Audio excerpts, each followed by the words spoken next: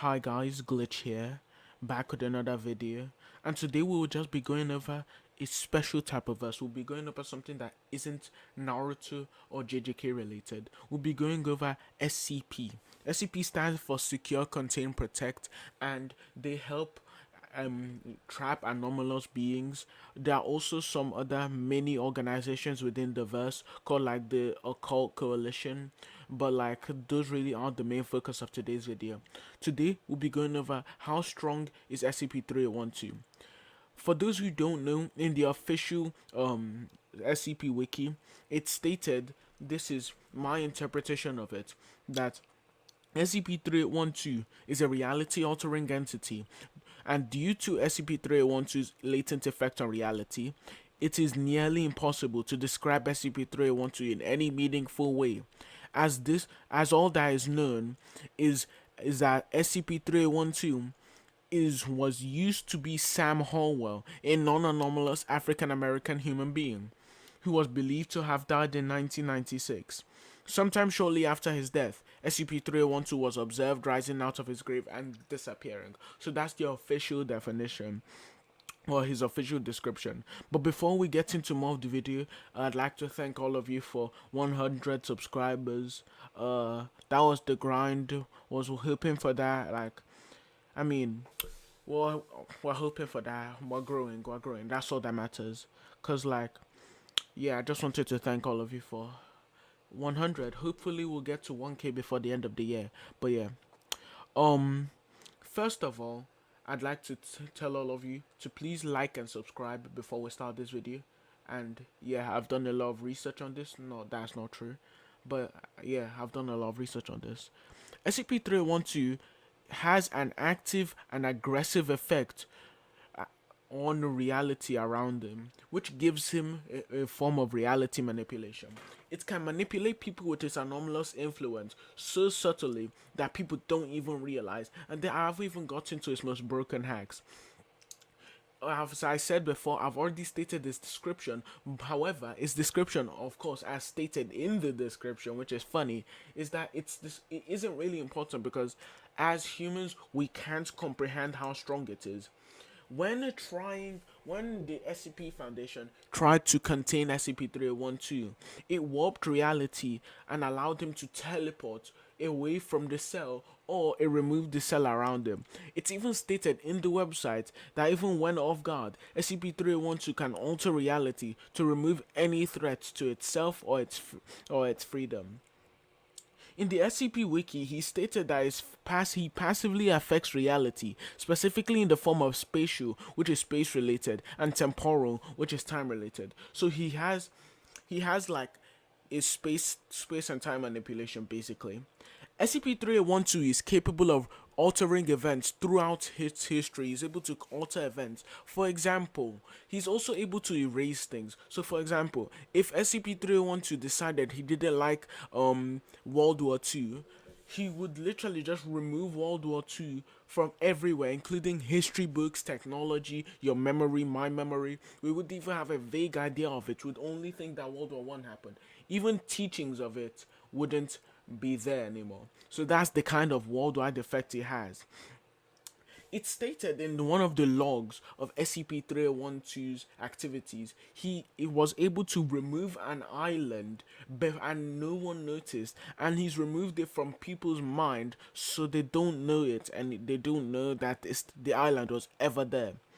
As stated before, he can't be trapped in any sort of form, and even when caught off guard, he can't be tranquilized at all or amnesticized. Over time, SCP-3812 has become less and less humanoid in appearance, and now is only vaguely humanoid and occasionally manifests in a variety of shapes and appearances. I'm going to put a picture of what he'd look like and what he's described to look like. What he's described to look like within the SCP Foundation. Yeah. So that's just like the upper layer of all of his abilities. Now to get into the really deep stuff, DJ Cactus, who is the person who wrote the SCP 312 entry, he states, First of all, to get this out of the way, this isn't his words, this is mine. SCP-312 has this ability to passively transcend things around him. So, for example, as part of his nature, if there's something above him, for example, let's say we are 3D, of course, right? And then he sees us, and by his nature he has to transcend us, so he's 4D now. And then, right, because his nature is to transcend anything and everything, he also has to transcend himself. So he's constantly going from, like, for example, 4D to 5D to 6D to 7D to 8D. Like, all of those stuff we can't imagine. State is stated by DJ Cactus in the SCP entry that he views us as fiction. So anything we create, he views it as layers of fiction below him. So, for example, if I write a novel, right, and then if I write a novel, right, and then the person inside my novel is writing a novel, right? Therefore, like, and I transcend the novel, and I also transcend the person who's right inside my novel that's writing a novel, and so on, so on. So it infinitely goes up in the terms of hierarchy. So this is what DJ Cactus has to say about SCP-312's ability. It's a long paragraph, so I'll try and shorten out all of the parts that I don't see are relevant. When SCP-3012 leaves one narrative and ascends into another, he isn't really moving in any sense. He's becoming almost more real, moving upwards throughout narratives instead of through space. He moves out of the fiction of one universe into that universe and upwards until the universe he passes through has become fiction to him as well. The reason for this is a result of a logical conclusion. SCP-312 was created to supersede anything that supersedes it. So it supersedes anything, so it transcends anything that transcends it, including himself.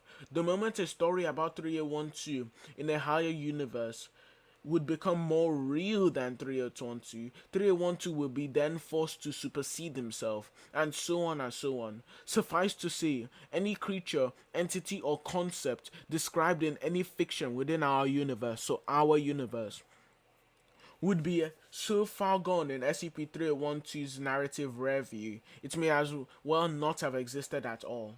And then somebody asks, is each higher fictional layer governed by the laws of physics?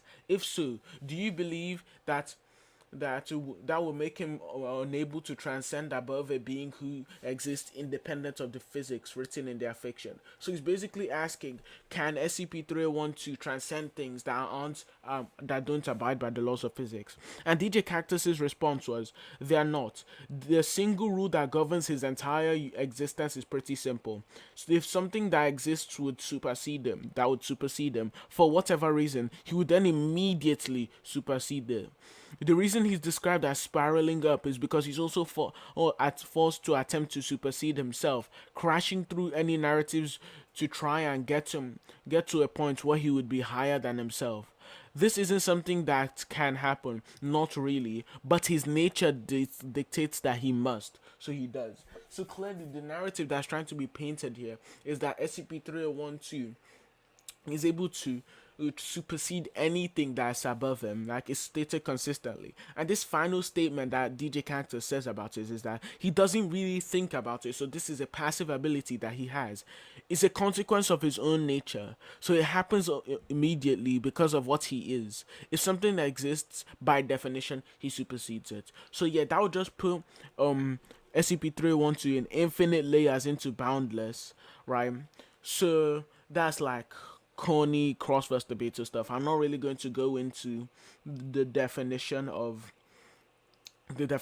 boundless, all that stuff, but just a little like ability SCP-312 also has that I just want to get out of the way before I leave and before I end this video, is that SCP-312 can basically manipulate the weather. It's like a funny thing I just decided to say. He's like able to manipulate the weather. So what happens is he's like walking through a desert of some sort, right? And then because the desert is so hot, he just like slowly manipulates the weather to do that. So yeah, that sounds like something I'd want to do because of the recent heat wave that happened. But yeah, that's basically it. If you have any questions, please tell me in the comments. If you have any contentions, please discuss it with me in the comments. I don't really know much about this verse as I do on other verses. So yeah, I'd like you all to enlighten me on it. So that's the end of the video. If you like the video, please remember to like and subscribe and have a nice day.